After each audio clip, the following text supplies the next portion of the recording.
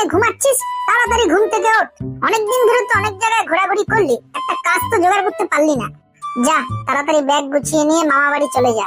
তোর মামাকে বলে এক জায়গায় কাজের ব্যবস্থা করেছি। তোকে ইন্টারভিউতে শুধু তোর নাম আর কাজের ব্যাপারে বলবে, উল্টো পাল্টা কিছু বলবি না, তাহলে কিন্তু চাকরিটা হবে না।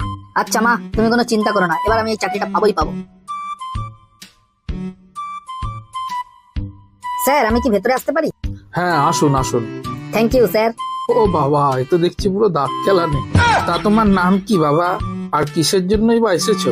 আগে আমার নাম ভানু, ওই যে মামা পাঠিয়েছে চাকরির জন্য।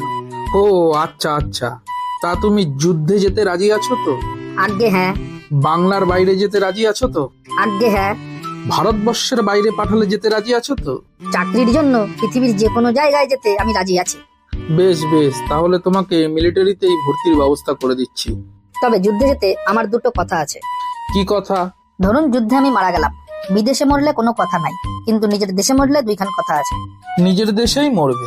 নিজের দেশে যদি মরি আমার দেহ থাকবে কই, মাটির উপরে না তলায়? যদি মাটির উপরে থাকে কোনো কথা নাই, কিন্তু যদি তলে থাকে তাহলে দুইখান কথা আছে।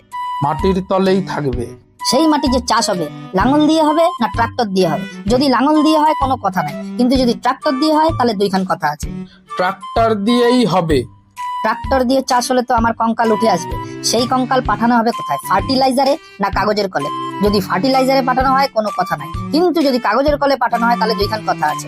কাগজের কলেই পাঠানো হবে?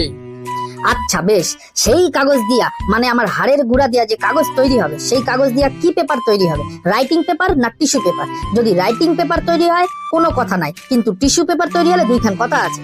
টিস্যু পেপারই তৈরি হবে? আচ্ছা বেশ বেশ, সেই টিস্যু পেপার কে ব্যবহার করবে, পুরুষ লোকে না স্ত্রী লোকে? যদি পুরুষ লোকে ব্যবহার করে তাহলে কোনো কথা নাই, আর যদি স্ত্রী লোকে ব্যবহার করে তাহলে দুইখান কথা আছে। স্ত্রী লোকেই ব্যবহার করবে? তাহলে সালা যুদ্ধেই যাব না।